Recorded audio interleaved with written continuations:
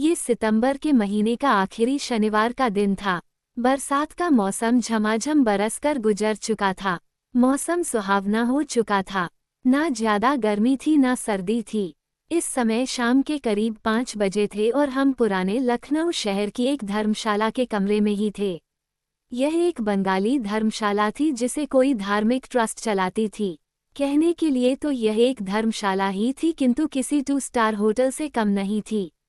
इसमें कमरे का किराया भी होटल से कम नहीं था। कमरे में साफ सफाई पर विशेष ध्यान दिया गया था।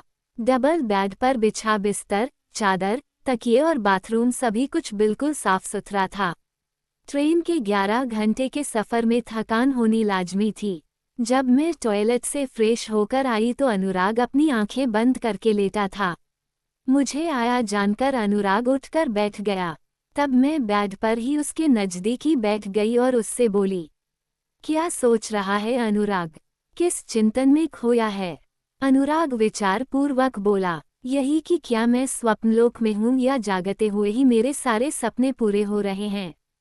कहाँ मैं खुद को दुनिया का सबसे बदकिस्मत इंसान समझता था और आज जैसे मैं दुनिया का सबसे खुशकिस्मत इंसान हो गया हूँ। मैंने उससे मुस्कराते हुए पूछा, ऐसा तेरे साथ क्या हो गया है अनुराग? वह बोला, मैं आईपीएस का फाइनल इंटरव्यू देने लखनऊ आया हूँ और ईश्वर खुद मेरे साथ मेरी प्रेमिका का रूप धारण करके आया है। आपके इस दिव्य प्रेम के कारण हालात पूर्ण रूप से मेरे अनुकूल हैं। उसके ये शब्द सुनकर मैं अत्यंत भावविभोर हो गई थी और तुरंत उसकी गोद में जा बैठी थी। उसने मुझे अपनी बाहों में भरा जबकि मैंने अपने होंठ उसके होंठों पर रख दिए। उसने कोमलता के साथ मेरे होंठों को अपने होंठों में लिया और उसकी जीभ मेरे होंठों में आ फंसी और उसने तुरंत मेरे होंठों को पीना शुरू कर दिया। मैंने अपने होंठों को बिल्कुल ढीला छोड़ दिया था जिससे मेरे होंठ ज़्यादा से ज़्यादा अनुराग के होंठों में समा गए थे। मुझमें आनंद की लहरें हिलोरे मारने लगी थी।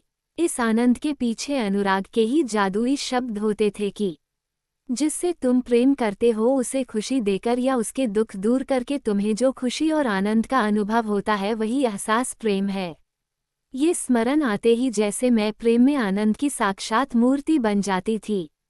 मेरे होंठ जब अनुराग के होंठों में समाये हुए थे तभी अनुराग ने मुझे अपनी भुजाओं में अच्छी तरह से भरा और मुझे अपनी गोद में लिए ही बिस्तर पर लेट गया।